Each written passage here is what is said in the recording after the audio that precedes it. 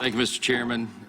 Ms. Lewandowski, my colleague, Mr. Jeffries, just started that last line of questioning with a sort of an admonition to you. He said, this is the House Judiciary Committee and not a political forum, and it would be nice if you recognize that. I think it'd be nice if all the members of this committee would recognize that, because that's the reason that this has turned into such a farce. It's been said so many times today, this committee is so important to the country. It has one of the broadest jurisdictions over so many critical issues that are facing the country.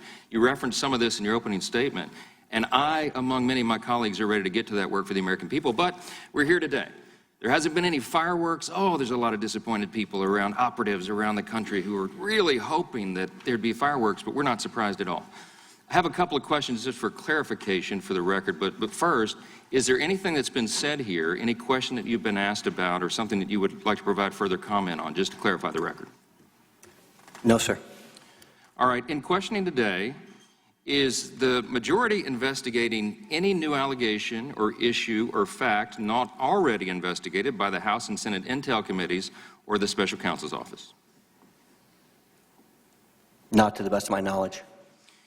Do you have any more information on any other matter related to either collusion or obstruction that you can offer to this committee that you have not already shared with Congress or the Special Counsel's Office? I don't believe I have any new information. In your prior testimony to the Special Counsel, is it true that you answered every question asked of you truthfully and to the best of your ability and your recollection?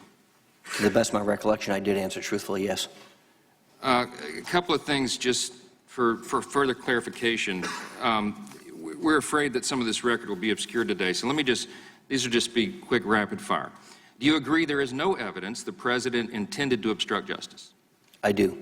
Do you agree that the President has been harassed politically since the day he took office? Yes, I do.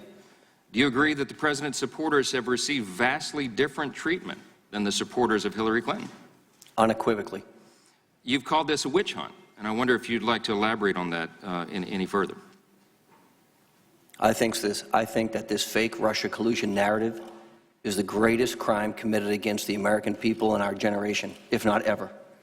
This is a president who was duly elected by the American people, and members of certain bodies refused to accept those election results. If this were done by a different president to a different party, the same way it was done to Donald Trump, that person would already be thrown out of office and people would be in jail. But when you support Hillary Clinton and Barack Obama, there's a different set of rules. I think the American people find it very unfair, and there's been no accountability at the highest levels of the government for the Pfizer abuse applications which transpired, the spying on Americans clearly in violation of the Fourth Amendment, or the lives that were ruined because they simply wanted to support a candidate for President of the United States, and I think it's shameful.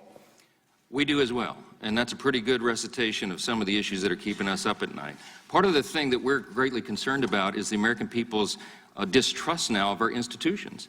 When people begin to doubt that the rule of law actually applies equally, that justice really is blind in this country, then we reach somewhat of a tipping point. It's very difficult to put that genie back in the bottle, and we're concerned. I know the Republicans and the conservatives on this committee are deeply concerned about the eroding faith in our institutions. I'm thankful that you've come to take the hostile fire today. I commend you for that. I commend you for your story being self-made. And one of the things I'm also concerned about is young people who are watching this who may have a disincentive to get into politics and to serve their country in this way because of this abuse that they've suffered. Yield to Mr.